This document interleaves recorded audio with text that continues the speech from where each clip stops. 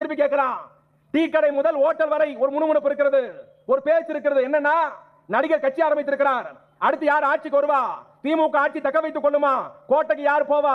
கோட்டையில் யார் நிரந்தரமா இருப்பா? தேர்தல் முடிவு எப்படி இருக்கும்? யாருக்கு இரண்டாவது இடம்? யார் டெபாசிட் இழப்பா? யார் மக்கள் ஆதரவை பெறுவான்ட்டு எல்லாரும் பேசிட்டு இருக்கிறான்.